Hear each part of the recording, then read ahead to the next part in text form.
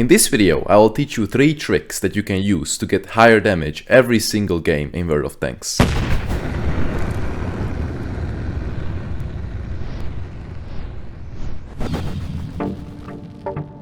So the first trick is called protecting your cupolas and angling. In this clip you will see an E-Honda playing against an E5, and you will see that the E5 does not angle or move his cupola at all. And because of this, the shot becomes very easy on his cupola, and I will hit it every single time. As you can see, he's not even moving, he's not even trying to shield with his gun. It's overall a very easy scenario. Don't do that. Don't do this, because you will see he will go down in a couple of seconds over here. So that's it. That's very easy. In this next clip you have the same scenario as before. But this time the E5 player will be smart, and he will rotate his tank and protect his cupola with his gun. So therefore I'm gonna have much harder shots with my E100 on him. Just watch and see.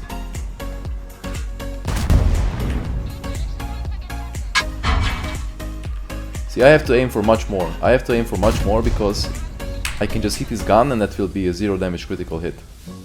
Or I can just hit his cupola on a bad angle and it will not do any damage.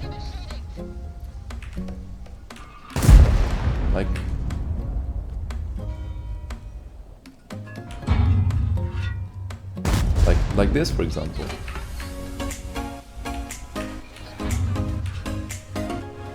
Or this.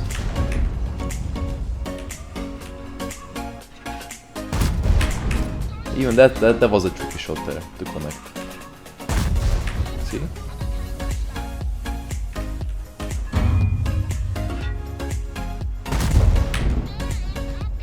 So the moral of the story is just to, when you're playing cooldown, especially in tanks with weak cupolas and very prominent weak spots on the turret, always try to rotate the turret, because it will be much harder for the enemy to hit your cupola, your mantlet weak spots if there's any, or your cheeks even. So you can also just shield your cupola with your gun as well. That works a lot of times, as you could have seen in the previous clip.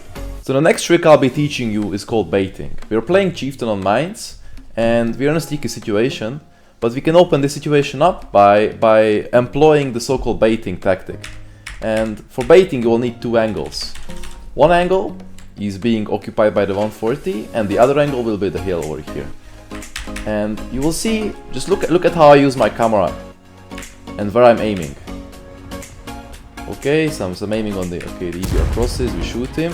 But now this time the 140 will be taught a lesson. You can see that I am trying to bait the 140 into peeking by not looking at him intentionally. By looking here or to the hill, he sees that my turret is moving towards that direction and is staying there, aiming there. So that will open him a chance to actually shoot me in the turret, but he doesn't know that I'm actually aiming at him fully, and all I need to do is just turn my turret and just shoot him instantly. Well, this time we miss, but only due to RNG, and it will work out. See, I'm doing the same again. I'm looking towards the hill.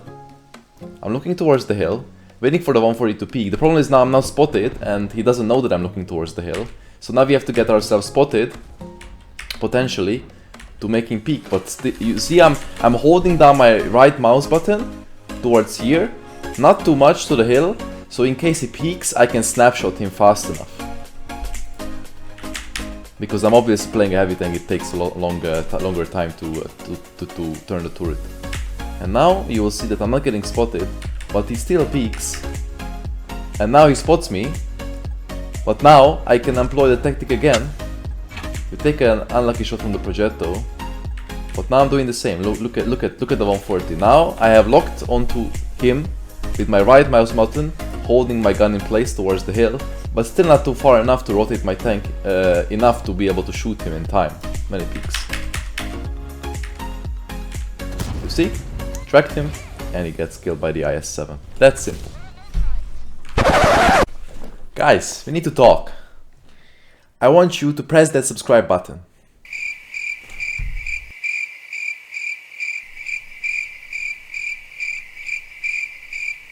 Did you press it yet? I'm waiting, man. Thank you and enjoy the video. Okay, in this next clip we'll talk about another form of baiting, which involves usage of your armor.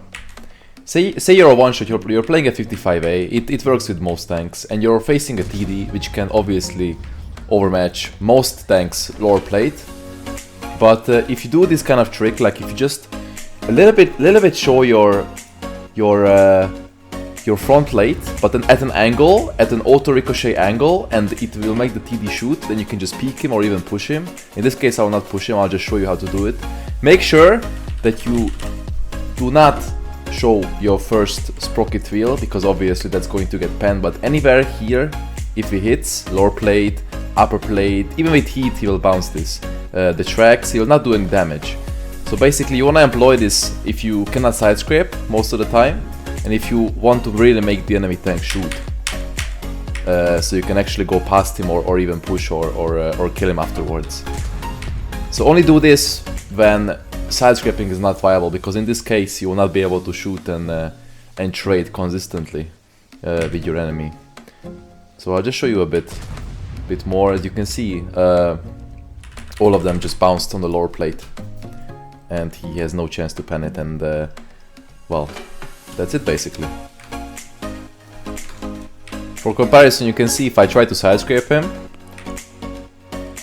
at a slightly different angle, he will have a shot at my turret, which will be auto panning with heat, and that's basically it. I cannot bounce the shot, so employ my little trick. Try to bait those shots into your upper plate and your lower plate at an angle, and profit.